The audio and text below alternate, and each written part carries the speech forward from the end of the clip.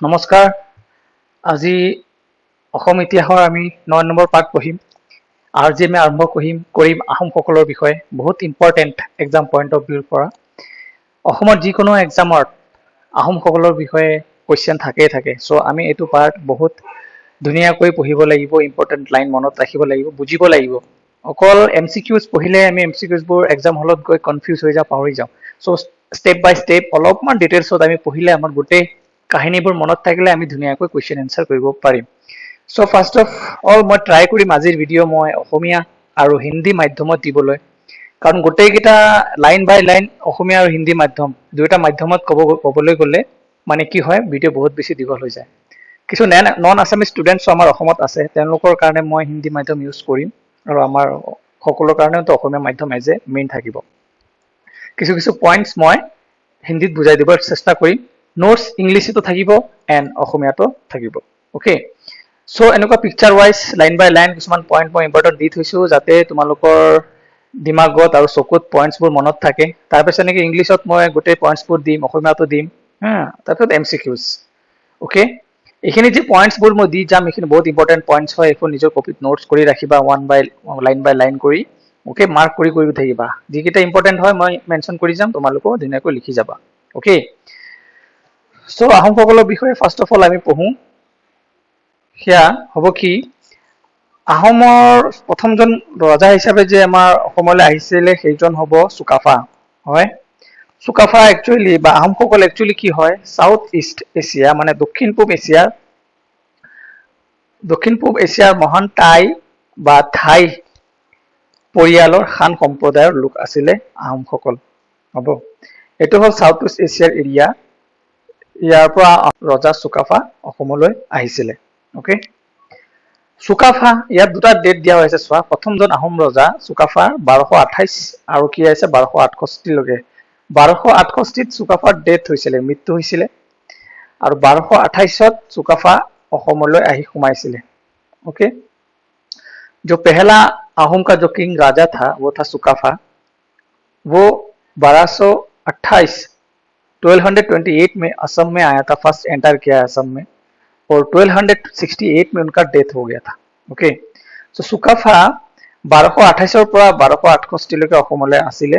was a member of Shan branch of the Thai people of South East Asia। এটা important হয় point.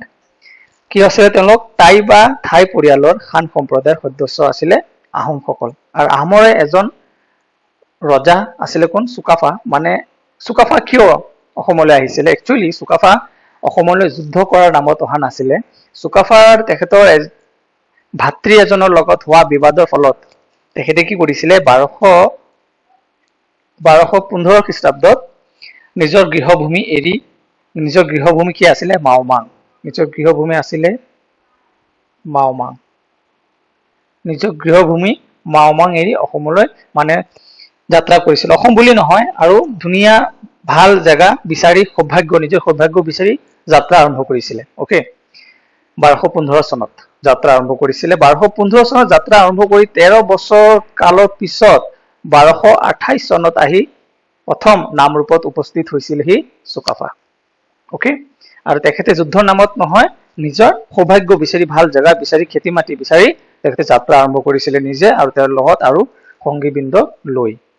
ঠিক আছে, तो सुकाफा क्या युद्ध के लिए वो घर से नहीं निकले थे। वो एक्चुअली अपने घर में एक भाई के साथ विवाद हो गया था, और उसके कारण आपका खुद का निज मतलब अच्छा समय, अच्छा फॉर्चून ढूंढते हुए, सुंदर जगह देखते हुए जहाँ पे वो जाके खुद रह पाए, ऐसा जगह ढूंढते हुए वो अपने घर वाड़ी छोड़ के, मतलब अपना माओमांग में अपना घर था, राज्य था, वो छोड़ के अपना यात्रा स्टार्ट कर दिया था। ओके, फिर आते वो लोग असम में आके एंटर किया 1228 में। 1215 में वो अपने घर से निकले थे, और 13 साल बाद जाके 1228 में आके असम में एंटर किया। कहाँ पे एंटर किया? नामरूप। ओके, ये भी एग्जाम में पूछता है कि चुकाफा आके असम में फर्स्ट ऑफ ऑल आके कहाँ पे एंटर किया था? वो नामरूप में आए थे। ओके, नेक्स्ट চুকাফাৰ বিষয়ে চাওঁ। জন্ম কিমান চনত হৈছিলে? চুকাফাৰ জন্ম হৈছিলে 1191 খ্ৰীষ্টাব্দত। चुकाफा का जो बर्थ जन्म हुआ था 1191 খ্ৰীষ্টাব্দ में। ओके, तो চুকাফা বয়স জন্ম হৈছিলে 1191 চনত আৰু হি লেফ্ট হিজ হোমলেণ্ড এৰাউণ্ড 1215। 1215 খ্ৰীষ্টাব্দত মানে চুকাফাই নিজৰ ঘৰ এৰি দিছিলে, মানে যাত্ৰা আৰম্ভ কৰিছিলে। আৰু 1228 চনত আহি ব্ৰহ্মপুত্ৰ ভেলী পাইছিলহি। ব্ৰহ্মপুত্ৰ ভেলীত নামৰূপত আহিছিলে কেতিয়া? 1228 চনত। এই তিনিটা পইণ্ট মই ধুনীয়াকে বনাই থৈছো, এইখিনি পঢ়িবা। सो 1191 में चुकाफा का जन्म हुआ एंड वो अपना घर छोड़ के निकला था 1215 में और असम में आके एंटर किया 1228 में। ब्रह्मपुत्र वैली में आए सुकाफा 1228 और कौन सा जगह में आके पहले एंटर किया? वो है नामरूप में। ओके, सो चुकाफा যেতিয়া অসমলৈ আহিছিলে অসমক কি নাম দিছিলে? ল্যান্ড অফ গোল্ডেন গার্ডেন্স, সোণালী বাগিচাৰ দেশ। ঠিক আছে, और মুং দুং চুন খাম মানে চুকাফাসকলৰ আহোমসকলৰ ভাষাত অসমৰ नाम কি দিছিলে? মুং দুং চুন খাম মানে কি? लैंड ऑफ गोल्डन गार्डन्स, সোণালী অসমৰ বাগিচা।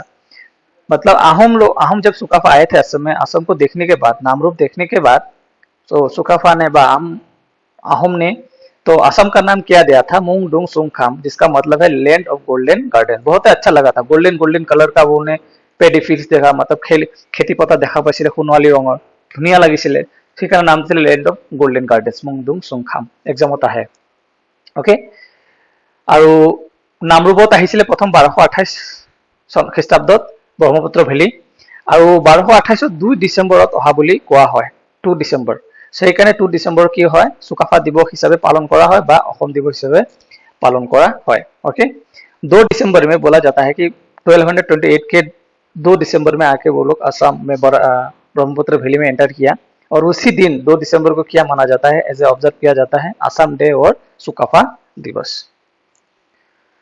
नेक्स्ट केस है Sukaphaa, the founder of the Ahom king, Ahom kingdom और फाउंडर आছিলে কোন? Sukaphaa. Okay, the first indigenous communities he encountered in Assam were the Borahi, Thakuria and Moran Barota।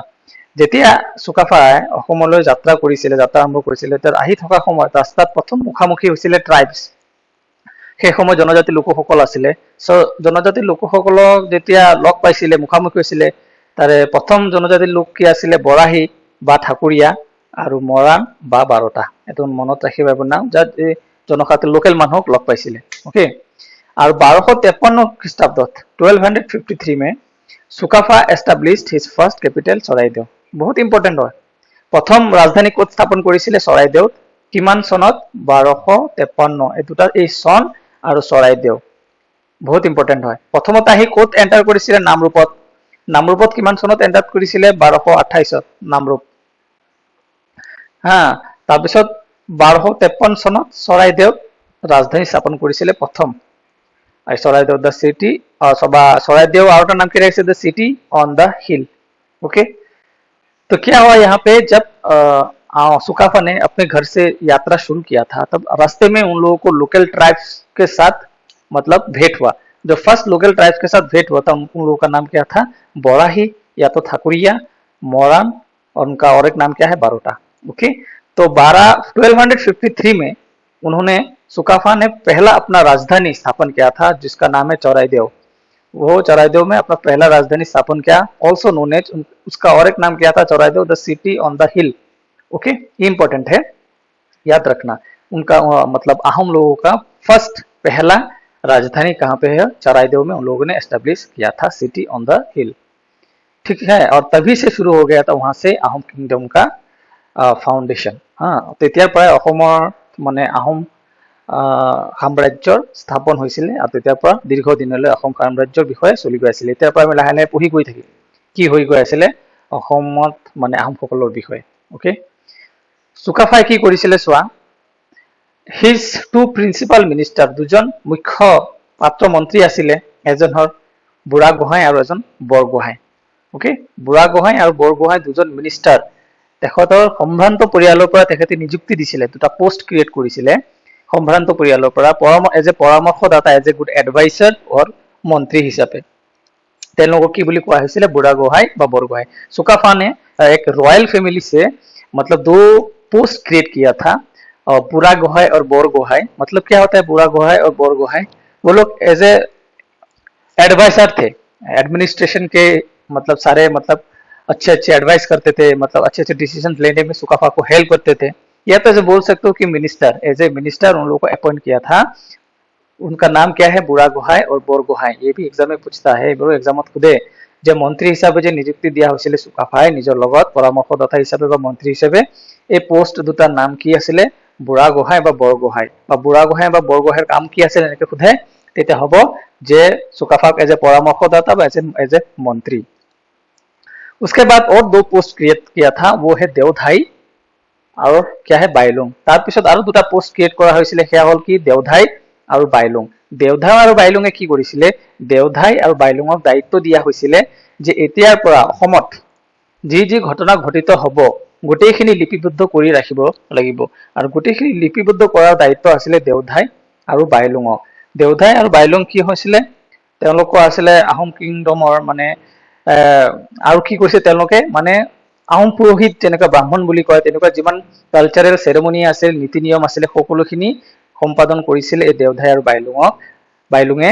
এই দুটা পোষ্টে মানে তেওঁলোকৰ মানে যি যি ঘটনা ঘটিব আজিৰ পৰাই আহোমসকলৰ গোটেইখিনি লিপিবদ্ধ কৰাৰ দায়িত্ব এই দেওধাই আৰু বাইলুঙক দিয়া হৈছিলে। ওকে, আৰু চুকাফাৰ মৃত্যু কেতিয়া হৈছিলে, চুকাফাৰ মৃত্যু হৈছিলে 1268 খ্ৰীষ্টাব্দত। देवधाई और बाइलुंग का क्या काम था, देवधाई और बाइलुंग का काम था कि जो जो घटनाएं अब से अहम लोगों के राज्यों में घटना होगा बगा, जो कुछ भी होने वाला था उस समय, सबको मतलब एज ए हिस्ट्री लिख के रखने के लिए उन लोगों को दायित्व दिया गया था देवधाई और बाइलुंग। साथ ही साथ देवधाई और बाइलुंग जितना सेरेमोनियल एक्टिविटी थे, उन लोग का कल्चरल जो भी नीति नियम थे एज ए ब्राह्मण या पुरोहित जैसा सब कुछ वो लोग भी करते थे। तो सुकाफा ने 4 पोस्ट क्रिएट किया था, बुरा गोहाई एंड बोर गोहाई, देवधाई एंड बाइलुंग। ये याद रखना कि देवधाई और बाइलुंग का काम क्या था एंड बुरा गोहाई बोर गोहाई का काम क्या था। सुकाफा का डेथ कब हुआ था, केতিয়া मृत्यु হৈছিল সুকাফাৰ, 1268 খ্ৰীষ্টাব্দত। ওকে, ইয়াত আৰু ধুনীয়াকৈ কিছু বস্তু দিয়া হৈ আছিলে, মই গোটেইখিনি লিখা হৈ আছে। সুকাফা বিলং টু শানত আইৰেছ 1215 হ'ব দে, 1215 খ্ৰীষ্টাব্দত সুকাফাই হোমলেণ্ড ত্যাগ কৰি নিজৰ কিছু ফলোৱাৰ্ছক লৈ যাত্ৰা আৰম্ভ কৰিছিলে। 1228 চনত কি হৈছিলে খ্ৰীষ্টাব্দত, চুকাফাই ব্ৰহ্মপুত্ৰ ভেলীৰ নামৰূপত আহি উপস্থিত হয়, আৰু সেইদিনাখন 2 ডিচেম্বৰ আছিলে, আৰু ইয়াক অসম ডে বা চুকাফা দিৱস হিচাপে পালন কৰা হয়। মুংডুং চুংখাম টু আসামক নাম দিছিলে মুংডুং চুংখাম, মানে লেণ্ড অফ গোল্ডেন গাৰ্ডেন, সোণালী বাগিচাৰ দেশ। ফ্ৰেণ্ডলি ৰিলেশ্যন ৰাখিছিলে, মানে চুকাফাই আহি থকা বাটত যিসকল বৰাহী বা ঠাকুৰীয়া মানে লোকেল জনজাতি লোকসকলক মানে মুখামুখি হৈছে, লগ পাইছিল, তেওঁলোকৰ লগত এটা ভাতৃত্ববোধ, এটা বন্ধুত্বত সম্পৰ্ক গঢ়ি লৈছিলে, তেওঁলোকৰ মাজত কোনো যুদ্ধ বিগ্ৰহত লিপ্ত হোৱা নাছিলে। এষ্টাব্লিছমেণ্ট অফ কেপিটেল 1253 খ্ৰীষ্টাব্দত চৰাইদেউত প্ৰথম কেপিটেল স্থাপন কৰিছিলে, আৰু তাৰ আৰু এটা নাম কি আছিলে, city on the hill. Administration and governance ধুনীয়াকৈ আৰম্ভ কৰিছিলে, এডমিনিষ্ট্ৰেশ্যন এণ্ড গভৰ্নেন্স লোকেল লোকসকলক মানে ট্ৰাইবসকলক মিলি লৈ এডমিনিষ্ট্ৰেশ্যন এণ্ড গভৰ্নেন্স ষ্টাৰ্ট কৰিছিলে। নতুন লেণ্ড জংঘল কাটি খেতি বাতি কৰি নিজে সকলো লোকেল মানুহৰ লগত মিলি থাকিবলৈ আৰম্ভ কৰিছিলে চুকাফাই। ওকে, কাৰো লগত মানে জোৰ জবস্তি মাৰপিট কাজিয়া পেচাল তেনেকুৱা কৰা নাছিলে, মানে লোকেল মানুহৰ লগত কথা বতৰা মিলি লোকেল মানুহৰ লগত মিলি গৈছিলে, নিজৰ মানুহক লোকেল ছোৱালীৰ লগত বিয়াও দিছিলে, তাৰে ভাষা ক'বলৈও শিকিছিলে, নিজৰ ভিতৰত উৎসৱ পাৰ্বণ আদি কৰিলে তেওঁলোকক নিমন্ত্ৰণো কৰিছিলে লোকেল মানুহক, তেনেকৈ মিলি জুলি গৈছিলে আৰু চব লোকেল মানুহৰ লগত। ওকে, প্ৰমোটেড এগ্ৰিকালচাৰ প্ৰমোশন কৰিছিলে, খেতি বাতি চুকাফাই নিজেও খেতি বাতি নামি গৈছিলে সকলো মিলিবলৈ, এগ্ৰিকালচাৰৰ মানে ডেভেলপমেণ্ট কৰিবলৈ সহায় কৰিছিলে, নতুন জংঘল কাটি সমতল ভূমি কৰি তাতে নিজেও খেতি কৰিছিলে, সকলোকে খেতি কৰিবলৈ সহায় কৰিছিলে। ৰিলিজিয়াছ টলাৰেন্স এণ্ড কালচাৰ, যে লোকেল যিবোৰ মানে ট্ৰেডিশ্যন আছিলে, কাষ্টম আছিলে, সকলো মানি লৈছিলে, আঁকোৱালি লৈছিলে। ওকে, বুঢ়া Gohain was in his chief minister, Bor Gohain was great noble who accompanied him. Okay, বুঢ়া গোহাঁই আৰু বৰ গোহাঁই দুটা পোষ্ট ক্ৰিয়েট কৰিছিলে, as a adviser, as a chief minister বা মন্ত্ৰী হিচাপে। ৰয়েল প্ৰাইষ্ট মানে ৰাজকীয় ব্ৰাহ্মণ হিচাপে বা নীতি নিয়ম কালচাৰেল চেৰিমনিবোৰ মানিবলৈ কি কৰিছিলে, দুজন দেওধাই আৰু বাইলুং দুটা পোষ্ট ক্ৰিয়েট কৰিছিলে, আৰু তেওঁলোকে কি কৰিছিলে, যিমানখিনি ঘটনা ঘটিত গোটেইখিনি লিপিবদ্ধ কৰাৰ দায়িত্ব ৰখা হৈছিলে। তেতিয়াৰ পৰাই আহোমসকলৰ বুৰঞ্জী লিখা আৰম্ভ হৈছিলে। ডেথ হৈছিলে কেতিয়া, চুকাফাৰ ডেথ হৈছিলে 1268 খ্ৰীষ্টাব্দত। ওকে, এইখিনি এজ এ থুলমূল আভাস থাকিলে এইখিনিত আকৌ অসমীয়া इंग्लिश नोट्स আছে তোমালোকে লিখি राखिब पारा जो नॉन असमी स्टूडेंट्स है यहाँ से इंग्लिश नोट्स लिख के भी रख सकते हो जो पॉइंट वाइज पिक्चर्स में है वो भी लिख के रख सकते हो ओके অসমীয়া সকলেও ইয়াৰ পৰা লিখি ৰাখিব পাৰা আমসকল দক্ষিণ-পূব এছিয়া টাই বা থাই খান শাখাৰ সদস্য বুলি দাবী কৰা হয় চুকাফা খান শাখাৰ সদস্য আছিল 1191 চনত জন্মগ্ৰহণ কৰিছিল চুকাফাই 1225 ত নিজৰ মাতৃভূমি ত্যাগ কৰি 1228 চনত ব্ৰহ্মপুত্ৰ উপত্যকাত উপস্থিত হয় নামৰূপত আৰু 2 ডিসেম্বৰ চুকাফা দিৱস বা অসম দিৱস হিচাপে পালন কৰা হয় যিখিনি মই অলপ আগত মই দেখুৱাই দিছো পিকচাৰত এইখিনি ইয়াত লিখি থোৱা হৈ আছে মুংডুং খুনখাম সোণালী বাগিচাৰ দেশ ওকে বৰাহী বা ঠাকুৰীয়া জনজাতি সকলক প্ৰথম লগ পাইছিলে মৰাণ বা বৰতা 1253 চনত চৰাইদেউত প্ৰথম ৰাজধানী বুঢ়াগোহাঁই আৰু বৰগোহাঁই দুটা মন্ত্ৰী পদ ক্ৰিয়েট কৰিছিলে দেওধাই আৰু বাইলুং ৰাজপুৰোহিত হিচাপে কাৰ্যনিৰ্বাহ কৰিছিল বা বুৰঞ্জীও লিখিছিলে আৰু 1228 চনত চুকাফাৰ মৃত্যু হৈছিলে ফাৰ্স্ট স্টাৰ্ট কৰিলো ইয়াৰ পৰা চুকাফাৰ পৰা আৰম্ভণি মানে আহোম সাম্ৰাজ্যৰ আৰম্ভণি আমি ইয়াৰ পৰা কৰিলো ওকে নেক্সট চুকাফাৰ সফলতাৰ কাৰণ কেনেকৈ মিলিব পাৰিছিলে চুকাফাই কাৰণ শক্তিশালী ব্যক্তিত্বৰ অধিকাৰী আছিল আক্ৰমণকাৰী হিচাপে তেখেত অহা নাছিলে স্থানীয় ৰীতি-নীতি পৰম্পৰা আৰু জনগোষ্ঠীক সন্মান জনাইছিলে প্ৰশাসনৰ স্থানীয় লোককো অন্তৰ্ভুক্ত কৰিছিলে লগতে বসতি স্থাপনৰ বাবে নতুন এলেকা মুকলি কৰিছিলে ওকে সো এমসিকিউজত আহো আমি প্ৰথম কোৱেশ্চন আহো চুকাফা কোন বংশৰ লোক আছিল চুকাফা আছিল টাই বা খান বংশৰ লোক option number B next question চুকাফাৰ জন্ম কেতিয়া হৈছিল 1191 চনত অপচন নম্বৰ এ চুকাফাই কেতিয়া ব্ৰহ্মপুত্ৰ উপত্যকাত নামৰূপত প্ৰৱেশ কৰিছিল 1228 চনত চুকাফাই অসমক কি নামেৰে অভিহিত কৰিছিল অসমক মুংডুং চুনখাম সোণালী বাগিচাৰ দেশ চুকাফাক প্ৰথমে কোন দুটা জনগোষ্ঠীয়ে গ্ৰহণ কৰিছিল বা লগ পাইছিল বৰাহী বা মৰাণ অপচন নম্বৰ বি চুকাফাই কেতিয়া চৰাইদেউত প্ৰথম ৰাজধানী স্থাপন কৰিছিল 1253 চনত অপচন নম্বৰ সি চুকাফাৰ মন্ত্ৰী কোন আছিল বুঢ়াগোহাঁই বৰগোহাঁই ওকে মন্ত্ৰী হিচাপে নিযুক্ত হৈছিল দুটাই অপচন হ'ব চুকাফাৰ সৈতে অহা দুজন অভিজাত কোন আছিল বুঢ়াগোহাঁই এণ্ড বৰগোহাঁই চুকাফাৰ মৃত্যু কেতিয়া হৈছিল চুকাফাৰ মৃত্যু হৈছিল 1268 চনত চুকাফাক কোন ৰাজ্যৰ প্ৰতিষ্ঠাতা বুলি কোৱা হয় এটো সিম্পল কোৱেশ্চন এটা দি দিছে আহোম ৰাজ্য ওকে সো নেক্সট টাইম ক্লাছত আমি পঢ়িম কি চুতুফাৰ বিষয়ে আমি নেক্সট ক্লাছত পঢ়িম ওকে সো এইখিনি কোৱেশ্চন লিখি থবা গোটে পয়েন্টস বোৰ লিখি দিছো যে এইবোৰ লিখি থবা ইয়াত এইবোৰ পয়েন্টস লিখি থবা বহুত ইম্পৰ্টেন্ট হয় আৰু লাহে লাহে যেতিয়া আমি এমসিকিউজ কৰিম এমসিকিউজৰ লগতে পাই থাকিম যে আহোমসকলৰ বিষয়ে কি কোৱেশ্চনস আহে আমাৰ এক্সামত অসমৰ এক্সামত সো ভিডিওটো ভাল লাগিলে লাইক শেয়াৰ সাবস্ক্ৰাইব নিশ্চয় কৰিবা আৰু ভিডিও মই তেনেকে দি গৈ থাকিম আৰু ডেসক্ৰিপচনত মই টেলিগ্ৰামৰ লিংক দিম তাত গোটে ভিডিওছৰ লিংক পিডিএফছ কাৰেন্ট এফেয়াৰ্স গোটেখিনি মই তাতে আপলোড কৰো সো তাত জয়েন কৰিবা নেক্সট ভিডিও হলৈকে ভালকৈ পঢ়া ৰিপিট কৰা ভালকৈ থাকা জয় অসম জয় হিন্দ জয় ভাৰত বাই